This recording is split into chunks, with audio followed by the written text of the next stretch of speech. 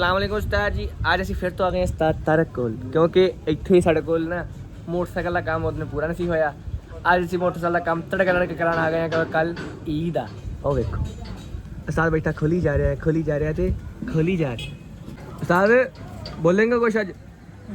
ਨਹੀਂ ਉਸਤਾਦ ਕਹਿੰਦਾ ਮੈਂ ਨਹੀਂ ਬੋਲਾਂਗਾ, ਮੈਂ ਨਾ ਬੋਲਦਾ ਪਤਾ ਨਹੀਂ ਕਿਉਂ ਨਹੀਂ ਬੋਲਦਾ। अरे आज आप ना भी हो कुछ आप बिलाल फार्मेसी आ गई है इधर चेक करो सब्जी से दुकाना कैसा है नहीं माहौल पूरा बने बर्फ वाला भाई है कहना भाई जान ठीक हो? हाँ ठीक हो भाई। वो पापड़ जा रहे हैं, पापड़ों के साथ एक बंदा जा रहा है। अब ऐसा की कहना चाहोगे? वैसे तुम इन्ना खर्चा करी जा रहे हो इस मोटरसाइकिल जैसा की है दसो इन्ना खर्चे नु किन्ना कर देता भाजी? एक मिनट इधर देखियो 2.5-3 हज़ार रुपया तुम लाया 2.5-3 हज़ार का टायरा है ना 2.5-3 हज़ार का आ गया ना तो फिर भाजी इतना खर्चा क्यों करी जा रहे हो?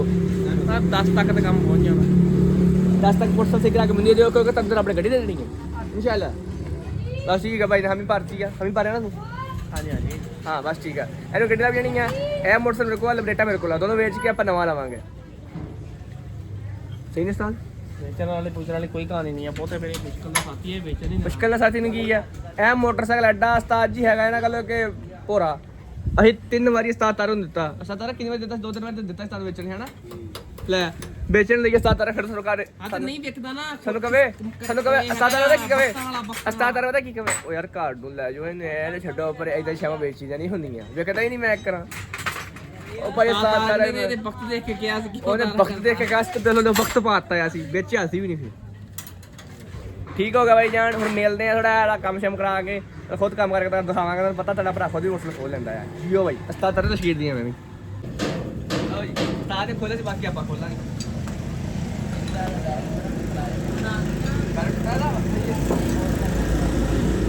एन लड़ा बोश ठीक है ऐसे रखना रफ्ता बैठिया सारी नवीं ठीक है ना खर्चा थोड़ा वादा होया बंद होया। क्यों रफ्ता काते पैणियां भाई पैणियां कसियो क्यों पैणियां यार अगली गल उस्ताद पाला यार ऐसा क्यों करन दिया है? रफ्ता बिल्कुल ठीक है तारा के साथ दे ला के चला मारन दिया मतलब हो सकता चवड़ा ना मार ना कर देखो ताल पेटी से उसके साथ खड़े हो गए मैं तो काला हो गया। अरे हाय हाय देखो ना देखो आ देखो पैर में पर इधर ले आ जरा इधर ले आ अरे पैर में साफ दस्तान में पा लो सारी मैं तो दस रहे हैं मैं बड़ा चंगा मकान आ देखो हां अरे मेरे को फिक्स होना है ठीक है ना फिक्स नहीं हो रहा साजी है मेरी गल मान लो यार यही तो ठीक कराना ना। हां ठीक कराओ ना पैसे लाओ। अच्छा ये हो गया जैसे कि आगे आप लोगों ने देख ही लिया मैं बड़ा काम करता ठीक है ना टायर मैं ही खोले उस्ताद ने तो बस पेज पूज खोले से बाकी कढ़िया बाहर मैं ही है ठीक है ना बाहर कढ़ना बड़ा औखा काम होता है यार टायर नो ठीक है ना मोटरसाइकिल चेक जियो भाई इधर इंजन फिट हो रही है देखो भाई रिकमेंडेशन साड़ी इको ही आ मोटरसाइकिल के काम ਚੱਕ ਨੰਬਰ 405 ਅੱਡਾ 5 ਮੋੜ ਤਾਰੇ ਕੱਟੋ ਸਰ ਇੱਥੋਂ ਕੰਮ ਕਰਾਓ ਤੇ ਫਿਕਰ ਨੂੰ ਭੁੱਲ ਜਾਓ ਫਿਕਰ ਨਹੀਂ ਲੈਣੀ ਟੈਨਸ਼ਨ ਲੈ ਭਾਈ ਸਾਹਿਬ ਅਸੀਂ ਚੱਲੇ ਆ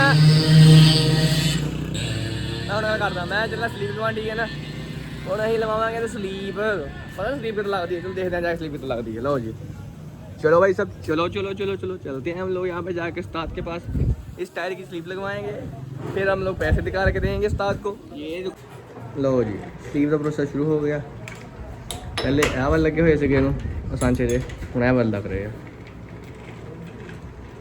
चेक करो दिस इज टेक्नोलॉजी। वो 3 इडियट का जी एक डायलॉग है उसमें वो कहता है कि हर वो चीज़ जो आपका काम आसान करे उसे मशीन कहते हैं तो वही गल तुहानूं असीं दिखा भी रहे हैं कि जिहड़ी चीज़ तुहाडा काम आसान करे ਉਹਨੂੰ मशीन कहते हैं अंदर सारी मशीन फिर मशीनें पई हुई हैं तो सारी इंसान का काम आसान कर रही हैं ਇਹ ਵੀ अगर इंसान खुद करना पै जाए तो मैंने लगता है कि ਜਿਹੜਾ ਕੰਮ ਅੱਧੇ ਘੰਟੇ ਹੋ ਜਾਂਦਾ ਹੈ 12-13 घंटे ਹੁੰਦਾ ठीक है so that moral of the story मशीनों ने इंसान का काम बहुत आसान करता है। आओ फिर हम दिखाते हैं इतना फिट हो गया तो टायर ऐसा फिजिक्स में पढ़ाया जाता है जी ठीक है ना ਇੱਥੇ ਦਾ ਕੰਮ ਹੋ ਰਿਹਾ ਹੈ ਮਤਲਬ ਯੂਜ਼ ਕੀਤਾ ਜਾਂਦਾ ਹੈ तो मैंने कमेंट सैक्शन में दस्यो कि ਇਹਨੂੰ ਕੀ ਕਹਿੰਦੇ ਆ। लो जी काम स्टार्ट हो गया है ਚੈੱਕ ਦਿਸ ਜਿਸ ਟਾਈਮ ਉਹਦੇ ਵਿੱਚ ਲਾਣੇ ਫਿਰ ਉਸ ਟਾਈਮ ਦਿਖਾਵਾਂਗੇ। ਲਓ ਜੀ the process will be start।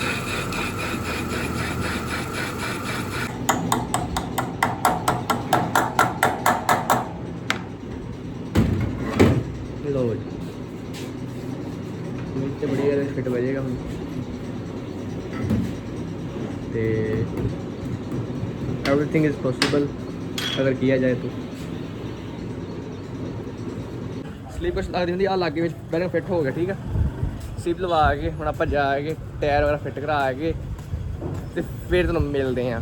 Okay हो गया नहीं नहीं अल्लाह खैर करे एंड दी एंड फिर तो टायर पाना हले लगे ठीक है। टायर से फिट होने लगा है टायर फिट करा के ते हम मोटरसाइकिल का सारा काम ओके करा फिर तुम मिलते हैं। फिर बस टायर पावांगे फिर जिस टाइम जाके तो उत्थों दिखावांगे। ओके हो गया लो उस्ताद जी ते अपना भी लोग आप आज खाते थे खत्म क्योंकि टायर पै गया है पैसे लग गए ते काम हो गया। ओके बस जी अल्लाह हाफिज़। अल्लाह साडी सब दा हामी नसर।